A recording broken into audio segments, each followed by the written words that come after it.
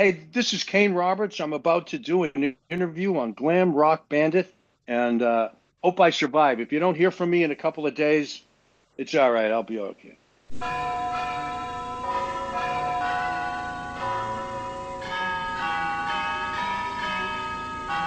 Here she comes. Thank you for that intro. It makes it a little easier. I'll do Yeah. a little quick intro. Hey, I'm Vane Bandit. I've got Kane Roberts here. It's my first little interview, like, ever. So you'll have to forgive any nerves that I am displaying as we speak. I think I'll just get into the interview at this point. We're going to start with some niche, deep cut questions. Because I made a promise to myself that if I was to ever interview you, I was not going to ask the same 10 questions every other interviewer asks because they apparently don't know how to use Google. Um, Yeah. so consequently, they seem to gloss over one particular facet of your career that I am ceaselessly Mm, fascinated by. And yeah. that is your days before your rise to fame in Alice Cooper's band, be it Skywire, Criminal Yeah. Justice, deeper cuts like the Yep. studio stuff that you've done. Um, so I'm gonna try to keep this roughly in chronological order, just for my sake. I might jump around depending on if you bring up Okay. something. No problem. Just fire away. It doesn't matter. I've done 7,000 of these, so I know, yeah. I know. Yeah. All So go right, right ahead. Start. Yeah. gotcha. So something that a lot of people don't know is that you did some studio work with Garland Jeffries, being on the 1979 American Boy Girl album and the Mm, 1981 Escape Artist album. But it seems to mm, have led to you also doing a few live gigs with him back then as well. So how did that all mm. come to be? Well, for a while there, I was friends with the sax player that played with Tina Turner. I don't know if you remember the video. We don't need another hero, and it was this kind of big muscle guy playing sax. And then he was in Lost Boys, Hmm. Tim Capello, and he knew Garland and was working with him. And Garland needed a guitar player, so I was in where was I? I was in New York, and I was just just trying to have as much fun as possible. And he hooked me up with Garland, and then I got the gig, and I think we did a tour first, and then did an album, or we did an album and then a tour, and yeah, and then I got off the tour. I played a little bit on one of the records, and that's when I kind of felt I should move on. Garland was like a really intense cult New York East Coast star kind of musician. He had these songs that were really they really took off in Europe as well. So we did really, the tour was pretty big in Europe, and he had songs called uh, "I May Not Be Your Kind." There was "Ghostwriter," and most people won't know what those are, but if you were in New York back in the day, he came right out of the village, and he was that sort of street New York guy, and it was pretty amazing. He was a cool guy, very nice, by the way. So it was good. We played the Pink Pop Festival, which is 60,000 people. It's in Amsterdam. And Van Halen was on the same. They were the headline of the day that we were on. And I remember they had this big hockey rink right outside the stage. And everybody had these little, houses that they were in that they was, get dressed and do whatever. And I remember Eddie just walked around the whole time, all around the rink, playing guitar. That's all he was doing. And there was no amp. He just was like practicing. So you can see the dedication that he had. But yeah, Garland was very cool. It was a good experience for me to actually go to Europe. A lot of people that never travel, they sort of stay in their own neighborhood. You don't want to do that for your whole life. Whatever it takes, you got to get on a train or a plane or something and go somewhere you just don't know what the fuck it is and just experience that. So you get a better insight as to where you live currently, in your current situation. So yeah. Yeah, I noticed that. I saw the Pink Pop performance on YouTube, believe it or not. And it's kind of funny seeing you all skinny. But you still had that Oh blonde yeah. Les Paul, No, which I was very thin back then. I I know was like, I know the feeling. I was very skinny myself, I and don't know then why I got into weightlifting. I don't know what it was. I just started doing it. Actually, Tim had something to do with that because really. he was into it. Yeah, so he kind of got me into lifting a little bit. And then I'm in New York. at these different gyms. Some of them are really. I remember there was one gym I was in.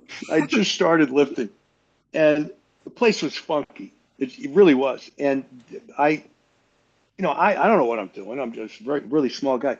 And there was this huge guy there, and he gets on what's called an incline bench press, where you're not flat, you're kind of sitting with your back up a little bit. Hmm. And he asked if I could spot him, and I said okay. And I go over there. The guy's hammered. He's like Oh no. so drunk, and he has like 375 pounds on the bench, and he's doing an incline. I thought he was going to die. I don't know what was going to happen because he was so drunk, but he still did it. So, but that was kind of a tense thing for me back in the day. But yeah, so Tim got me into it, and then I just started, getting bigger really fast. So it's a funny journey. It's kind of ridiculous, actually. I know. So, I can't believe Tim Capella was connected to that the whole time, because other interviews, you mentioned that you weren't quite sure. So it's nice that I unlocked that little memory. On the topic of no, that no, sort he's a of. cool guy. He's extremely talented musician. Just really, he's one of those. I was lucky because I ran into. I remember um, there was a guy. I don't know if drummers would know who this is. This guy, there's a guy Rick Murata, and his brother was Jerry Murata, and he was Peter Gabriel's drummer, Oh, and that was sort of the crowd that I was able to get in. A lot of it had to do with Tim because he's just. And he and I went to the New England Conservatory together. Actually, I just remembered. So oh. yeah, so it goes way back. We were friends for a long time. Wow, that goes a lot deeper than I thought it did. Because I knew you guys were Yeah, friends, and every once in a while online I'll see people joke about it, and I'll reply, "No, you're closer than you think. You kind of are yeah, onto something yeah, there." Speaking of yeah. that sort of fitness thing, something I was curious about since you've been working out so long. You've mentioned that backstage with Alice Cooper, um, Yeah, you had this whole like weightlifting thing. And yeah, you've mentioned that you stopped it because, out of respect for the road crew, they were already doing so yeah. much with how I big the was show like sitting was. there. I'm sitting there with my guitar, and I'm seeing these guys lug these weights around. And I went, I'm not going to make them do that shit. Oh So yeah, you know exactly. what I mean? They're already their lives are the crew has a very difficult life. I mean, they do whatever they can to make it easier. But they'll sleep on the bus more. They if they get in a hotel, it's usually not as good as the other guys. Not every tour is like that, but it's a rough ride. Oh So, yeah. as an artist, you got to do whatever you can to make their lives, easier because they work, pretty much non 24/7 until the tour's over. So, Man, you are such a sweetheart, aren't you? But my question leading from that is, for one, how'd that come to be? And two, did you work out on that before going on stage or after going on stage? well, I would get to the venue. I might go over there and lift some weights for a while. I sometimes they serve dinner. When you go back for dinner, the sound check. They'll either serve food. Yeah, they serve food after or before the sound check. So I would train then, and then right before the show, I throw some weights around and try to get all pumped up. It was really stupid. So at one point I just said I don't fucking need to do this, and I don't need to put them through that. So we would do a 24, 28 hour bus ride. We'd get off. The band would get a candy bar and go to bed. Alice would go to a golf range, and I'd go to a gym. That's the way it always was when the bus got to the hotel. Did you ever think of having like dumbbells or something on the tour bus? Yeah, it's different though. They got a new system with dumbbells then, and it wouldn't have been easier. It Hmm. wouldn't have been easier, especially with and then I was using pretty big dumbbells to lift.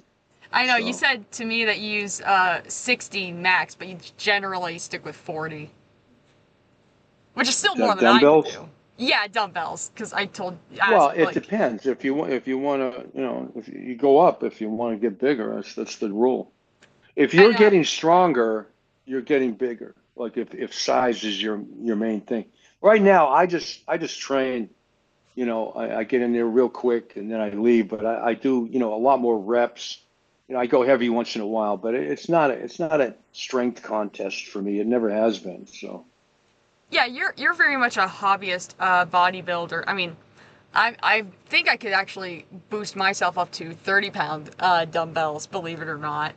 It's just a matter of, taking the time to actually buy them. It's not cheap. It's not cheap. no, they have types. They have a kind that's adjustable, so you can put different weights into these slots and stuff like that. So so in other words, you don't have to buy 10 dumbbells. I You can. But it yeah no it's dumbbells are good, but you got to train your whole body. oh, So exactly. the squats are the best exercise you can do. That and rowing, the Oh, seated row, yeah, because you're using your back muscles, lower back muscles, your legs, your earlobes. you're. No, I'm kidding. No, you're not using it. I know. I mean, you could have if you still wore earrings. What's the deal with no earrings nowadays anyway? I don't know. Shit like Oh, that comes and goes with me. I'm not. See, the thing is, everybody's trying to, style themselves out. I'm a rock star. Gotta have the right style. I didn't do any of that shit. And yeah, even when I was back in the day, the thing is, somebody would say, you're gonna get any tattoos? You're gonna do this? And I said, dude, my costume is my body. Like, look at the fuck I did to it. You know what I mean? I don't. So, but these days, I'm just keep things kind of toned down a little bit. I'm just that sort of a thing. So when I'm lifting, I'm not going in there trying to prove anything. You know. So. no, exactly. And I'm the same way. I mean, I mostly And the lift thing because is that of. I occasionally would pose without a picture, maybe twice, without a shirt, maybe twice in my life, but I never wanted to do that. Yeah, I that see guys leads. walking around without a shirt on. I'm going, what the fuck are you doing? What is that? I know, especially the likes of Paul Stanley. um, What? yeah, the likes of Paul Stanley. Just run around without a shirt on, which leads Yeah, into but another. he can do whatever he wants. He was bagging on me for wearing sunglasses indoors, and I said, "You fucking guys invented it. What are you talking about? Look at It's like, Gene, it's like you you guys know." started. It's your fault. Yeah, but I mean, All in good whenever fun. anybody brings up Paul Stanley, I think of when I wrote that song with him, how fucking cool he was, and how much of his work ethic was ridiculous. That's all he wanted to do was write and work. And then, you know, we kind of became friends a little bit. We actually saw what is it, Bill and Ted's Excellent Adventure. I saw that with him. It was kind of crazy, Right? but It's one of those. Oh, you go ahead. Sorry. but no, but what I was going to say was years later, I went and visited. There's Bruce Kulick, Gene Simmons, and Paul Stanley and Bob Ezrin were all in the studio, and Bruce was doing his solo, and boy, what a fucking solo he did, and and that was it. I didn't really hear anything, I just was off doing other stuff, and then one day I was on YouTube and I saw it said Kiss um, uncensored, you know, and it was called "Take It Off." The song was called "Take It Off." It said Hmm. uncensored, and I went, "What is that?" It's the song I wrote. And by the way, the business was very tight. Everybody talks about how it's tough to do business. The way they do business is you make a deal, and that's the deal. You Exactly. don't come back and say, "Hey, can I get a little bit?" You don't do that. It's not the way it works with those guys, and that's okay. That's the way it should be. So I put it on, and I see him. Paul goes, "Take it off." I was like, "What the fuck?" And his vocal was unbelievable. What a performance. And the last time I saw him, I said, "Dude, I couldn't. Yeah, it just shocked me. It's like I always knew you were great, but he said that was one of his best times for singing was the tour after that album, the Revenge album. So, or was it Revenge? No, what was the name of It that was one? revenge. It was revenge. Oh yeah, yeah. After the Revenge album. So that I find that to be. good luck for me, because the song I wrote with those guys has this incredible vocal and guitar set. Eric Singer on drums. I mean, what a band, Oh, you oh, know? actually, I hate to cut you off here. I actually discussed Take It Off with Tommy Thayer and Eric Singer. It's actually the Oh, one you song. did? I did, because they brought it up, and they brought that, believe it or not, while obviously live it's Eric Singer. In the studio, it was not Eric Singer, because he had to do a Europe tour with Alice Cooper at the time. Oh, who was playing drums? Kevin Valentine, who actually did some stuff Well, on. actually, no. He did the tour though. Yes, Eric was Eric playing. I Singer. was talking Oh, about the yes. live show. Yeah. Yeah, No, but I but didn't know that. I thought he played drums on it as well. So yeah. no. What And did Tommy apparently, Thayer say about it? What did they uh, say about the song? Anything? so first of all, they both love the song, and it turns out Tommy did backing vocals on it alongside Yeah. Jamie St. James of Black and Blue, and Tommy didn't Yeah. know that you co-wrote it. So he goes, Kane Oh, co-wrote it, and Eric goes, yeah, Kane co-wrote it. yeah. No, that was, it's so funny to show you how out of the loop I was. Kip Winger asked me to do a uh, rock and roll fantasy camp. And that has all these guys, Billy Sheehan, Rudy Sarzo, all these guys are the counselors. There's all these big guys. And I guess one of the guys had a band, and I won't say who it is, Mm-hmm. but he kept leaving to have a cigarette. And then they have these, at those camps, they have these groupies, quote unquote. And what they are is just female assistants. They come out and anything you need. And one of them stuck his head in the door, and he said, "When do I get paid?" And the band just didn't want to use him anymore, so he And got rightfully so. fired. Yeah, and what's his name? Kip called me. So I went there, and I'm walking by the guy who runs it, this guy David Fishoff, and he's talking to somebody, right? Yeah. And he goes, "Kane, now you wrote a song with Kiss, right?" And I went, "Oh yeah, no, it was great. It was a lot of fun." And I said, that fucking guitar solo was just one of my favorites.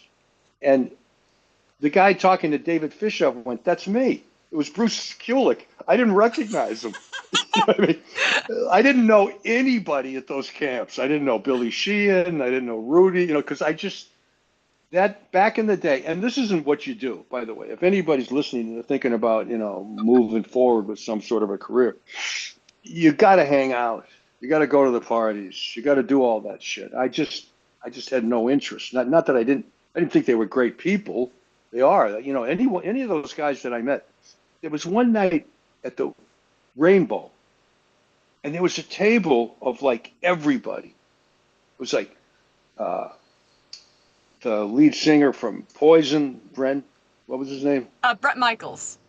Bret Michaels, and the guys from Rat, Stephen and Piercy. just every band was there almost. Not every band, but a lot of the guys were there. It was like kind of a superstar table, right? So Yeah. I was just walking by. I was the biggest I've ever been. I was like almost 230 pounds. It was ridiculous. Right? And so he goes, I hear Bret Michaels goes, "Hey, Kane." He goes, "Come, join us." If you wanted to think of what that looked like, it was this giant with all these like 90-pound guys. It was really funny. But they're the coolest people. And by the way, that Stephen Piercy, really Mm. great guy. There was one time, I only spoke with him at length once, but really great guy. It's the same thing with Nicky Six. He and I sort of bonded right before a Phoenix show, and we were Oh. talking about stuff. So yeah, so it's a great community of people, and I think I missed out, but I'm not I don't hang out well. I just don't do it. So If it makes you I feel don't any know. better, they only had good things to say about you when I saw them at the convention I went to recently. Yeah, well, they're great. They're just great people. That's more of They an were all because so because nice. I'm a fucking prick. No, I'm kidding. No, Yeah. no, but they're good guys. They're really Tommy's a real gentleman. I saw him on that last tour I did with Alice. We talked for a little bit, Oh. and Eric has the funniest joke I ever heard because he and I were hanging out in Hollywood and we were waiting for somebody to show up. Actually, that guy, Brian Nelson, the guy that Oh, was Alice Renfield. called Renfield. And so Renfield shows up late, right? And he's Mm-hmm. got a silk shirt on, right? So he walks up and Eric says, "Hey, nice shirt. Does it come in a men's?" I fucking lost it. I couldn't even. I've used that line a couple of times. It's a good way to end a friendship, by the way. A good But way to get in a fight. Although I don't think yeah, anyone in their right mind would fight you. well, actually, they could. Ah, Everybody I can get wouldn't. their ass kicked. It I doesn't matter. wouldn't. I mean, I don't know. Getting my ass kicked by you would be a funny bucket list item, at least. No, well, we're not going to do it. We're not going to do that. Nah, you're too sweet. Um, Yep. so back to the oh, there's one quick note I wanted to mention about Steven. I got to talk to him about you a bit, and he asked me if you had done anything live recently. I went, no, he hasn't done anything. Kane hasn't done anything live since his last run with Alice in 2022. And he went, really? And his eyes like popped out of his head. I went, yeah, tell me about it. And we're Yeah. talking about you and Alice, and the way I got this conversation going was there are a bunch of photos that he could sign for you, if you paid him, of course. And there was one with an Alice Cooper shirt on. He had an Alice Cooper shirt on. So I used that as kind of a segue. And after a little while of talking, he signs the photo for me and gives it to me for free. And I swear to God, I had That's to a go good to guy. He wants to do that. He does. He does.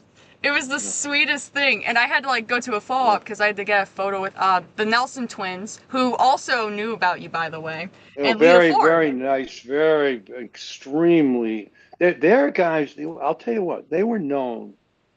If you went into, let's say, convention hall and all these musicians are there, whatever.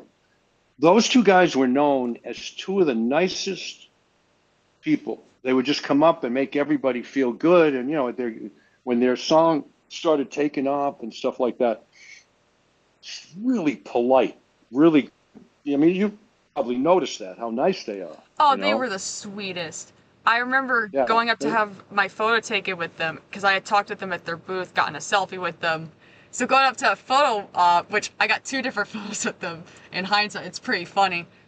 Gunner goes, "Hey, look, there's our favorite," and I just sat there, just like, me, I'm the favorite. Like, Yeah, that's you funny. can't make that Hey, up. I'm gonna have to split in like 20 minutes. I'm just giving you a heads up. So, Okay, yeah. so go ahead. All right, I should probably get back to the main line of questioning as I set this timer. Yeah, yeah, So after the Garland Jeffries thing, yeah, I noticed your name, your old name anyway, associated with the yeah. with the. I don't like even bringing that up because I got I family. I I don't know. want them connected at all. Yeah, Yeah, and so you I don't have to won't. bring that up. Yeah. Yeah, I'll leave that to the wayside. But there was a band that you seem to have been associated with called Rerun. Would you know anything more about that? There must have been. There were a couple of projects that I worked on that were kind of weird, almost like avant-garde, alt kind of college type things. People would ask me to play on them and stuff, and you know, I always did. Hey, here's something. Hmm. When I was playing with Alice the last time, Yeah. I'm hanging out with Chuck. Chuck's like a brilliant guy. Doesn't look like it, but he is. He's a really smart guy, very extremely talented. He's got a lot of experience, with what he's doing. Hmm. And so he said to me, "Hey, Kane, so after you left Alice to like now, how many bands did you play with? Did people?" And I said, "Nobody." And he went, "What?" And I said, "Not one person wanted me to sing. I didn't ask, but nobody called me. Not that they should, but nobody called." And he started cracking up. And I said, "Dude, nothing." And we were laughing. And I can't bring up that one band that Aw. asked me, but no, there's a band that asked me, and I don't want to. But You because can I bring didn't it say up to me yes, later. I said no. So, but the thing of it is, um, Yeah, it was one of those things. So and that goes back to the point I was trying to make. If you don't hang out, because a lot of these people give gigs to their friends or their friend recommends them. To me, people always were thinking, I have no idea what the fuck this guy's like. I have no idea. I played at Wembley Arena with Alice, or Wembley with Alice Cooper, and the press in England said I wasn't really playing guitar. You know what I mean? So it was a confusing thing that I did back in the day. Because I wasn't blowing up hot water bottles and popping them. That wasn't what I was doing. Yeah. You know what I mean? They, It was just part of, the sort of aggressive, and, I brought that to Alice, because he could have easily done like an oldies but goodies tour, just sound like, old Alice songs. And I said, you can't do that. I said, today's environment with, Ozzy and these bands out that they're just owning it. I said, and so Alice, oh, where'd you go? Uh-oh. We got a technical issue there. of rehab as a nuclear version of Alice. You know what I mean? Like something happened in there. They had them connected to these diodes or electrodes and all these transformer machines. And he stood up and he was like, Alice von Frankenstein. Sorry, Doyle. No, Yeah. no, but it's probably like a Frankenstein version of Alice. And that's, to a lot of people, that's, they wanted to hear like the original sounding music. And we just tore the shit out of Welcome to My Nightmare. You know what I mean? Oh, yeah. So, yeah, so it was good. Yeah. Right. You vanished there for a minute. That's fine. That's fine. Technical issues happen all the time. But it does actually What? give me. Yeah, you like cut out for like a good couple seconds there. It's like, I don't know what you just said. I didn't understand it. What'd you just say? You cut out for a couple of seconds there. Oh, sorry. I don't know what that is. Yeah, it's fine. It's not something worth editing out. It's still a good Yeah. story, even if somewhat redacted, I suppose. No, but where did it cut out? Oh jeez. Oh, don't worry about it. Let's move Yeah, forward. exactly. Let's go. We gotta keep going. So I Yeah. want to talk a little bit about Skywire and at least your first Yeah. album, because that Yeah, 80s era. we should jump forward a little bit soon though. You don't have much time, so yeah. Oh, I know. I know. Skywire was just, I'll tell you what Skywire was. It was a band I was writing, I was doing all this stuff, and then I did a show, and this guy Doug Thaler happened to hear the show. He ended up being one of Motley Crue's managers. He went on. He's actually kind of a celebrity in the management of rock and heavy metal. Very cool guy, and he was working with Aerosmith's manager, and I can't remember his name, but he was like a major player back then. So they ended up buying us equipment, and he would come to rehearsals, and see, this is the kind of school I was lucky enough to get in. You know what I mean? If you're surrounded by great musicians, there was an engineer that used to do demos for me back in the day, like that era.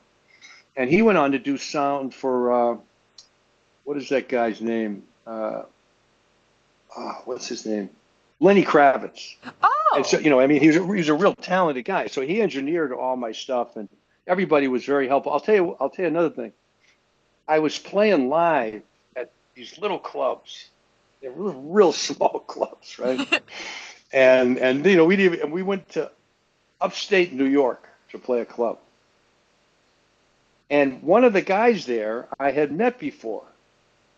And, we were talking and everything, he was up there and he said, "Hey, you want me to do lights for you?" And I said, Aw. "Lights?" And I said, "Yeah, at the club, And I said, "It's a pretty small club." He said, "So what?" And so, I said, "Yeah." So he said, "All right, I'll be there." So I'm talking to somebody. He goes, "You know who that is?" And I said, "No." And he said, "He does lights for the Eagles." Oh my God. It was like, I went, "What?" You know what I mean? So they didn't bring all that equipment, $1 million worth of equipment, but he became a friend of mine. He would do lights for me, and so my point is that I was really fortunate, and one of the most fortunate things that happened was Eddie Van Halen, Mm-hmm. because I'm sitting there, a guitar player, I'm thinking I'm fucking amazing, and then I hear that first album, and I just went, I got a lot of work ahead of me. You know what I mean? And Yeah. and it was an eye opener for so many guitar players that saw an entire sort of a new plane of existence. That sort of a thing. So that was when, and I got to actually meet him at a grocery store years later. What? And I was all freaked out. He knew who I was. I was like, whoa. So I'm still a fanboy, is my point. And a lot of the music today, I'm amazed by it. It's not just the back in the day guys. There's some amazing bands out now. So anyway, so that's Skywire, and that was pretty close to when I hooked up with Alice, Mm-hmm. and then I flew out to L.A. That was in New York. Yeah, because I So, actually got to talk to one of your Skywire bandmates a bit about the history of the band, Russ. ooh, Yeah, Russ, yeah. Russ, boy, that is a really good guitar player. Jeez, Man, what a he was guitar player. he was a little bit better than me back in the day. I don't know if he is now. I hope he's not. No, I'm kidding. No, but he played he had a real sense for melody and stuff that I didn't possess back then. Really good. Yeah, he did the solo for the song Louise, which is something I actually want to talk about a little, because there was Mm. actually a music video you guys did for that song. No, it wasn't me. Yes, it Was it was. me? Or It I thought it was absolutely Pat was you. Travers did it. No, Pat no, yeah, Travers Pat did one. Travers did, but you guys had a version too that you wound up releasing on Unsung Radio, which is the Skywire version. There's a music video Oh, of you guys, you, Russ, Greg, Victor Russo, doing that song, like a music video for it. yeah, yeah. So I'm That's going to crazy. assume you don't remember how that came to be then. No, I don't remember that at all. Yeah, Yeah, I found it through Russ, ironically enough. And I was completely flabbergasted at the fact that, there's video footage of Skywire at all. yeah. Um, Oh, I thought it was. There's also footage of me with Garland at a mhm. show called Music Laden, and it was the big MTV show in Germany, and it was in Bremen, Germany, which was a really beautiful city. I guess it got the shit kicked out of it, in the war, and they rebuilt it into this incredible place. Oh, And wow. we played on that, and it was the first live show to be broadcast in Russia, and that was with Holy. that guy Garland Jeffries, yeah. And You you made history. Holy shit, dude. no, come on, It Garland counts. made history. I don't know what the fuck you're You're doing. part of the puzzle. Come on now. Don't. Oh yeah. Hey, the thing is, the puzzle pieces are interchangeable. Right, they But can yeah, be. no, I got you. I got you. So next, no, Yeah, what else next. were you gonna ask me? Yeah, Yeah. let's see. Let me quickly just go through my notes here. Um, Uh, let's see. I think I'll jump to ooh, something really interesting here. Alice era stuff. Um, who? it, it, Oh, Alice. yeah. There's a song on early Constrictor pressings called Nobody Move. I know it Yeah. is the one song from those sessions that seems to not have a writing credit from you, but it's actually on Yeah. YouTube nowadays. And obviously It you do is. play on it. Oh yeah. Someone finally put it on Nobody YouTube. move. Mm-hmm. It was written by Just Alice and Bo Hill. Um, Who? Bo Hill, the producer that did, worked with Rat, worked with you guys on Constrictor. I don't know. um, What is it? What is it? Nobody move. yeah. Nobody move. Yeah. Is Oh, it good Alice God. Cooper? Yeah, it's Alice. It's Alice. I'll have to send you it after this now. Um, It says nobody love. no, Nobody it's likes me. no, no. Nobody move. Wait, no, Nobody there it gets is. hurt. There it is. Yeah, nobody move. Hmm. The hell? Who Oh would have thought boy, that? that is shocking. Let's see. I'm most curious about unreleased stuff. Oh, Yeah. yes. Here's one that kind of did get released recently. You, Yeah. Alice, Neil Smith, and Dennis Dunaway tossed around a song called The Wild Ones during the initial stages of your first tenure with Alice. In recent We years, did. this song got a release on the newest Alice Cooper album with his original band, The Revenge of Alice Cooper. So do you think there's any shot of, like, the original demo or any demo of the song being found and released? I didn't remember recording anything with. I remember going out to dinner with those guys, and then going in the basement, and we played a bunch of stuff. I had no idea what we were there for. And Mm-hmm. I said to Alice, I said, "Hey, is that going to be the band?" I said, "Those guys are really good." And he said he didn't know. He didn't know what was going on. So I would have thought that would have been a cool band. That You know that what I would have mean? been a But nice band, you know? well, because that guy Neil, he is. They both are. Dennis and Neil are consummate rock stars. Dennis used to come out. He'd have the bass round near his ankles. It's like, what the fuck, Yeah. And Neil, great drummer, and he had that rock star look. There's a photo he did on top of a Rolls Royce, and he's got his giant boots on and long hair, and just total rock star back in the day.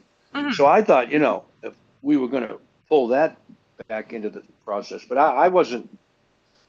What happened is my influence grew more and more, and then on Constrictor we ran into Bo Hill, and he's very good and everything. And Mm-hmm. the only problem was we got the wrong drummer. My friend Anton Fig wanted to play on it, but they made a Aw, different decision. Yeah, that would have been great. So we that had would to have been go in great. and fix a lot of the drums because they didn't make. He was a very talented guy, but it was the wrong style. It was a very jazz, progressive kind of weird stuff. So when I say weird, I don't mean it in a derogatory No, way. no. So I yeah, definitely yeah, understand.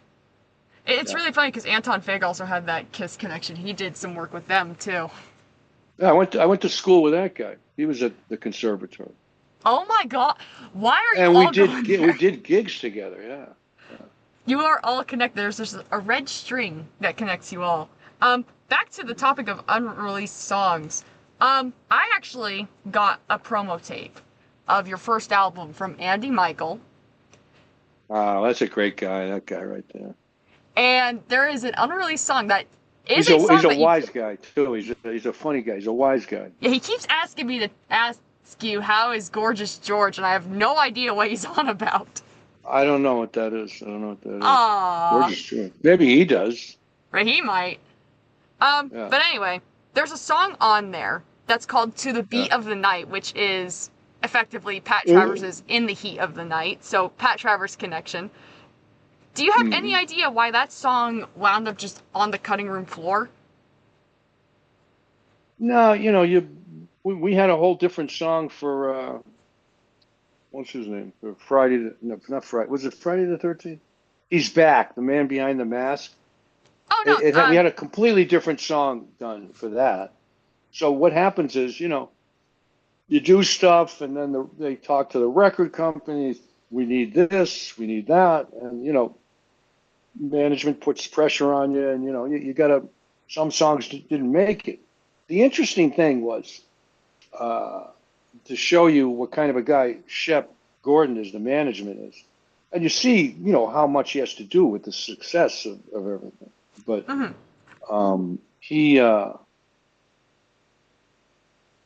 I'm sitting we're getting ready to put the tour together, and I'm sitting in the management office of the Live Enterprises, and a guy comes in. This guy, Rick Johnson, he's a kid. I think he's like 19, something like that, young guy. Mhm. And he goes, Shep goes, yeah, he's got a guitar he wants you to see. So he opens up this big anvil case, and that gun guitar was there. And so my point is that Shep, he's not a giant heavy metal fan, but he's a giant, let's have a successful tour fan. You know what I mean? And so Exactly. he saw the direction the music was going with Alice and I, and he just promoted it. He made it happen. Yeah, do that. You know, that's a very unusual thing. So it was really great, and it was one of the reasons why that first tour and the second tour were both so heavy compared to anything Alice had ever done. So.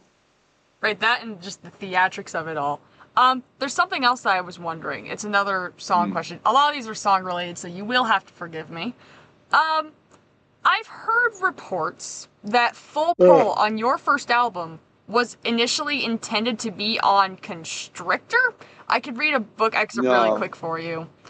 it might have. I don't. What, you have something to read me? Yes, yes. All right. Yeah, So go ahead. from this book that I have, it said, from this era, Constrictor, comes a song that appeared on Kane Roberts' eponymous debut solo album in 1987. And I kind of sat there because someone online told me about this, and I bought this book, and sure enough, there it is. Oh, I suppose you don't have more details about that, do you? I don't. What do you? What about what? Full Oh, Pull. about the song? Yeah, Oh being no, slave for I don't know. Constrictor. I don't know. Oh no, I don't know. How Maybe. strange. Yeah. Yeah. Um, So I have a couple of criminal justice related questions. For one, Okay. Skywire seems to have had a name change to criminal justice once Russ left. However, Russ and I are equally as confused as to why that is, because it's not like Russ came up with the name for Skywire. You did, so what was with the name change? I thought it was a better name. One of my friends But would that's it. The other disagree. one, I thought actually Skywire was a good name, I like but Skywire. criminal justice seemed more like yeah. Yeah, So I did it. tougher.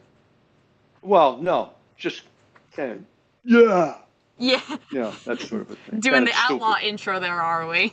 Yeah. Yeah! Like, Yeah. um, as for the criminal justice name, why was that ultimately dropped? Since, Well, because then I did the Alice stuff, mm-hmm. and then because I moved to California and nobody came with me. Oh! Victor was able to come out and play on one of the records, Okay. and he's in a video. But it just turned out like by the time I got to Saints and Sinners, it just those guys had moved on to other stuff, and I had because they didn't come out to California. I was the only one. Aw, that's So kind of yeah, sad. I mean, I understand it, but kind of sad. yeah. Well, what are you gonna do? Right? It Everything's happens. sad. It Everything's happens. sad eventually. Yeah, it's that sort of bittersweet thing. Alrighty. Speaking of, All right, we got 5 minutes, so we I got guess five you're going to minutes. want to do this in two parts. So yeah, Oh god, yeah, we're definitely doing a part two because there are still so many questions.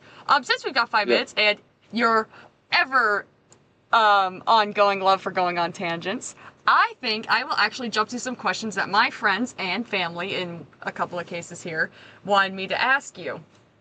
So, Mm, from my younger sister Lulu, and you do know mm, her well, she wanted mm. me to ask you if you would ever pick up acting again. Since, It's shocker. interesting when I went out. Alice Shep Gordon's was doing that movie. Shocker. Mm-hmm. He was one of the main producers. And I met Wes Craven, Mary Madeleine. She was the Magdalene. She was the producer in terms of you know see there's different production. There's executive producer. He gets all the money, and then Oh there's a boy. producer, and he directs everybody. Down to the director. The director's high up there, but everybody below that, there's a producer taking care, keeping his eye on the money and keeping his eye on the script, and a continuity person has to make sure there's not suddenly a fork on the table that wasn't there in the last shot. Yeah. So yeah, so she was one of the producers, and I remember I went in and auditioned. The guy Michael, Listen, he was In Excess's lead singer, really talented guy. I think his name was Something. Hutchins. Well, he died, and he was supposed to be the construction worker. So they had me come in, and I auditioned once or twice, and then I got called in to audition for Wes Craven. And he told Shep, he said he's really great. Even on the set, when I shot it with them, he said, oh, he's really great. And I'm thinking, hey. So there was a TV show. I can't remember the name. It was a detective show. And I went in and auditioned. Oh, no. Yeah, I auditioned. And they called me back, and I go in. And what they did was they give you a script to memorize. Mm-hmm. And then when I walked in, they said, here's the new script. They do that on purpose. So see how you are with cold reading, which is really essential if you're doing film, I mean TV, because they want to get everything in one take. The time is really tight. So I didn't know what to do with that. I didn't know any of the lines, you know what I mean? So I didn't get that. And then I went and I auditioned for Terminator 2. Oh my God, really? Yes. And I got 2 callbacks, and then I got a callback on camera. So I almost was in that. I think wasn't Rob Zombie in that one, or was that 1 or 2? I can't remember. Oh, I think it was gosh, 2. Yeah, it was 2. Yeah. I was auditioned for the part of the cop. Oh. So yeah. So that was, but my point is that I kind of just stopped after that. I was like, going, because the thing is, the acting community is very rough. Mm-hmm. The people are wonderful, the crew, everybody, but they make it so hard for everybody, just the way it's set up. You go, what was that guy, James Brolin, or is that his name? I couldn't tell you. Who's the younger Brolin of the two? I forget. But he said he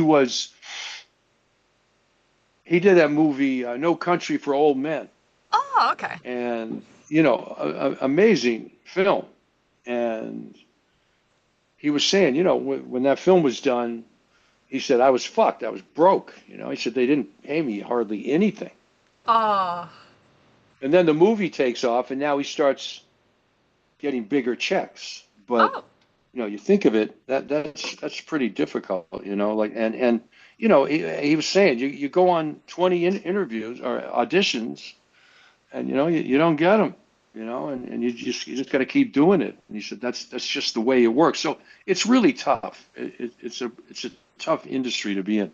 So yeah, no, if I was going to get into that, I would have to do it full time.